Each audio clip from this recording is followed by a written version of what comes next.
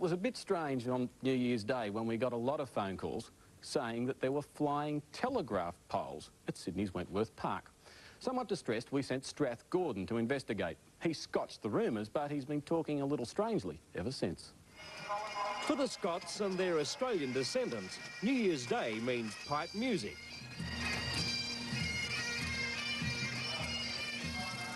Highland dancing,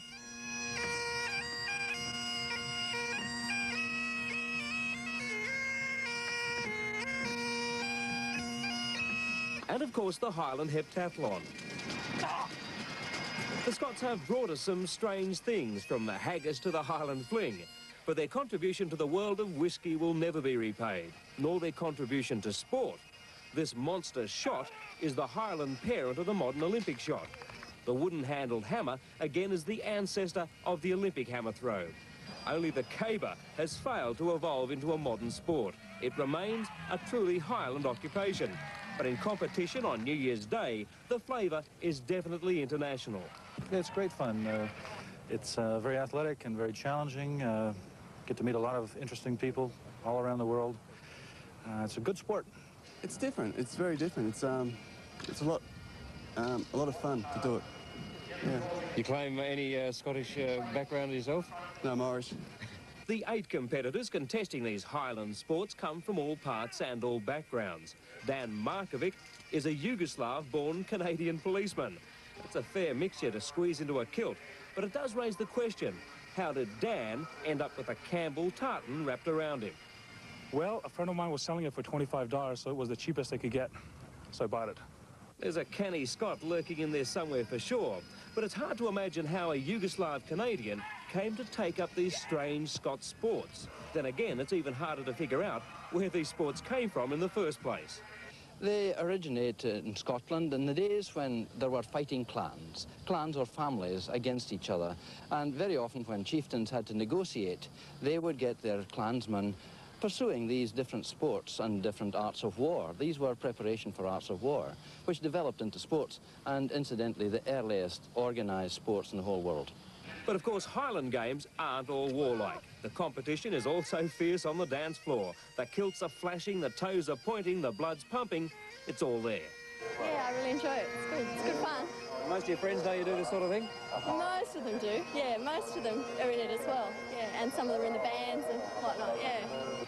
The thing about these Highland games is not so much who wins or loses the competitions. Actually, really, it's more looking the part. And as you can see, I'm dressed in the traditional Highland Australian uniform, a kilt here, naturally in my own clan colours. This is a sporran.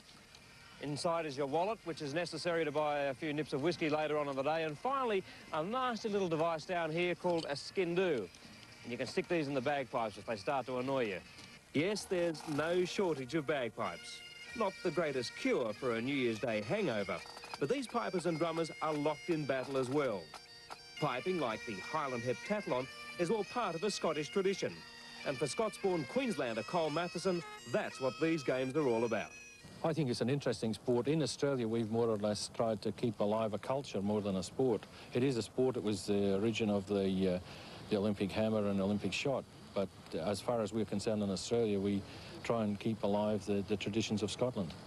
I like to keep them traditional. I like things kept traditional, and they're keeping them traditional. That's very good. So it's obviously good from your point of view to see the young people getting involved. Oh, yes. There's quite a few young lads in Scotland now starting coming in, and I can see things going for a lot more years without any change in the tradition of the thing. Bill Anderson is the living legend of Highland sports. 18 times he was the All-Scotland champion. These days he really can't mix it with the young giants of this competition, but he's still in there trying. You don't find any trouble with Highland games. There's never any, hostilities. And I think that's one of the best things. It's a family affair.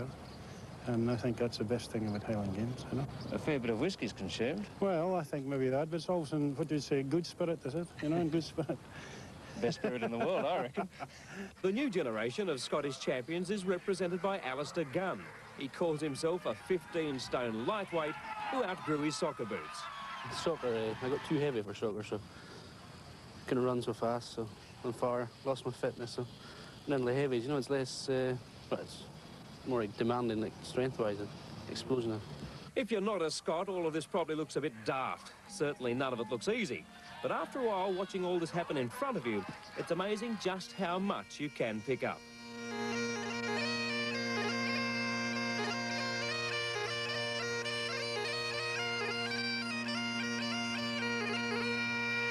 The Scottish stuff? Piece of cake, really.